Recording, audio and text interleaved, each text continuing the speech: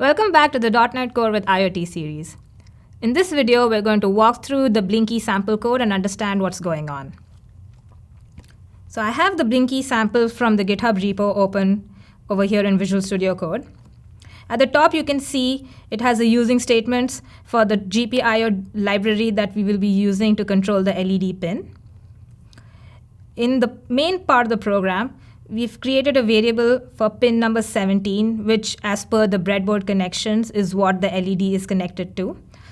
The next two values are how many milliseconds we want the LED to be on and off. This creates the blinking effect. The next important line is line number 20, where we create an instance of the GPIO controller. This is what enables us to interact with the pin. So we open pin number 17 and we make it ready for output mode.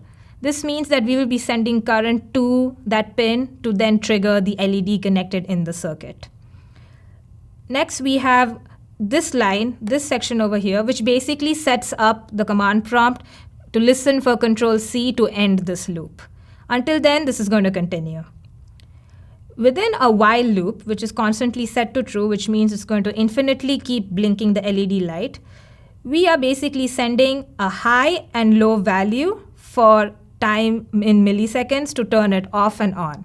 So if we walk through this code, you will notice that first we open the pin 17 and send pin value high, which passes voltage to the LED to turn it on.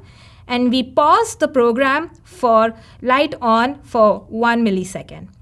Then we send pin value low, which reduces the amount of current and closes the circuit, and then leave the program to sleep for 200 milliseconds. When this thing runs in loop, it creates an effect of off and on and therefore blinking the LED. That was a quick and simple walkthrough of the LED Blinky code. Join us in the next video where we will do an advanced sample of using a temperature sensor on a Raspberry Pi.